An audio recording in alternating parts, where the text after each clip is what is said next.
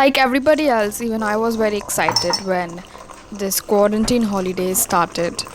I was getting holidays at the cost of nothing. Then later on, we were introduced to a new thing called as online lecture. So honestly, I was kind of skeptical in the beginning because I didn't know how it would be. So let's start this video where I am going to talk to you about the real problems of online lectures. I was happy that now I can finally have the freedom to do anything in between a class. First of all, my online lectures start with just me and my laptop. It's a very lonely setup and I have no one to actually talk to. Back in college, I had my friends.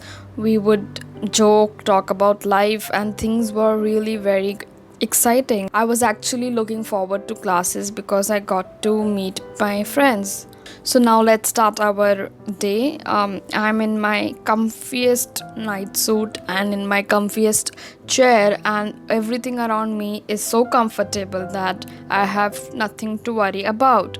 So that means that I am in my comfort zone and there is no scope of growth for me. Now let's talk about the problems. I have divided this problem into two parts. We have surface level problems and we have deep rooted problems. So let's start with the surface level problem. Surface level problems will be the common things which we hear during online lectures, like weak network, mic problems, and also the camera issue. And the main problem is being anxious that if you left your mic unmute by mistake and some background noise disturbs the meeting and teacher would shout on you. So these are some of the problems which every student is facing right now, and it is a common thing. Now let's move to deep rooted problems. These problems are not visible, but they are significantly making a lot of changes in ourselves. First being that our focus level has taken a dip. The attention span that we have has gone to a level where we cannot even expect ourselves to listen to the lecture for 5 minutes straight without touching our phone. Things like being on the phone during lectures or just browsing on YouTube, because lectures get boring easily and we switch to alternatives in just minutes.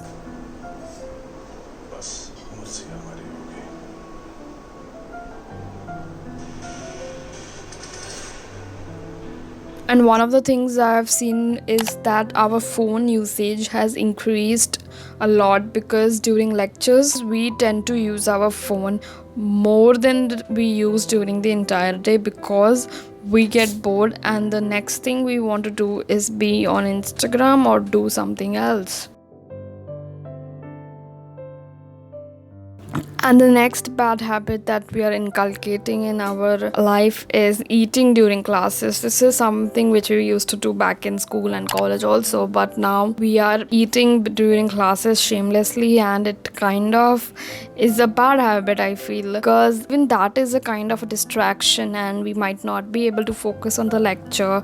Now let's move to the solution part of this problems that we have listed down of online lectures. Do not eat during classes. And the second thing which I myself have used is to be interactive during classes, because in that way you will be attentive during the entire lecture and you would be eager to answer the questions that ma'am is asking. Having a correct posture is a very important thing, because your body language will tell you how you, because your body language will direct your brain that how serious are you at that moment and how seriously you are taking that. Like, keep yourself hydrated during lectures so that you don't have the fatigue and the tiredness of back-to-back classes.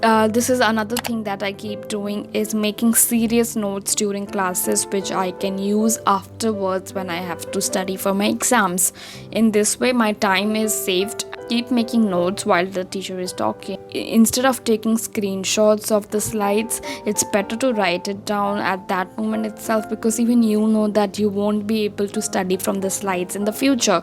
Also, you would be attentive while the teacher is talking, because you know that you have to take some notes. I allow myself to use my phone only 5 times during one lecture, and not more than that. This is something I'm working on, because even I tend to use my phone a lot during lectures, so I keep a limit and I keep a check. And the next thing that I've been doing is keeping a record of my classes, wherein I put a tick if I understood everything in that lecture and a cross if I did not understand anything. This has helped me so much. I have been doing this for the past 3 weeks and it has helped me tremendously, because I keep a record of things which I did not understand. So I cover the topic which I did not understand in the lecture, and that is how I know that I'm keeping up with my lectures. And the very important thing I would say, that don't sit on your bed when you want to study or attend online lectures, because bed is the most comfiest thing in your room, and it would just trick your brain to just stop studying and take a nap instead. You would ultimately just doze off. And the next thing I would say is that complete your pending work as soon as possible and don't delay it, because even you know that if you delay it, you would never finish it and it would just keep piling up. Teaching online is a very different thing for the teachers themselves, because recently we had a presentation where we had to present our maths project, and I have never been so anxious and nervous before, because it was something new for me. Sir, can I start? Yes, you can start. Uh, Good afternoon, respected Ravi sir, and one and all present here in this meeting. Today, I, Shivangi Singh, will be presenting our project. Anybody want to ask any question? If no, we will go ahead. Thank you, Shivangi. Nice presentation. I realized that it takes so much effort to explain something online, because you don't know if the person in front of you is able to understand or not. The only way you would know is when they respond. So it is very important to respond back, because they want the assurance from the students that they are able to grasp the topic that he or she is teaching. With zero physical movement during this time, it is very important to just inculcate a little bit of physical exercise in your daily routine. Anything like walking, dancing, going to the gym, or anything which is available to you and convenient to you, please start doing that, because a little bit of physical movement is required by your body, or else it will turn into a potato, which you don't want. Just refresh your mind and change your environment a little bit and inculcate some physical activity. So guys, that is it for today's video. I hope you liked it. If you did, please hit the like button, comment down below, and also share this video with your friends if you find it helpful.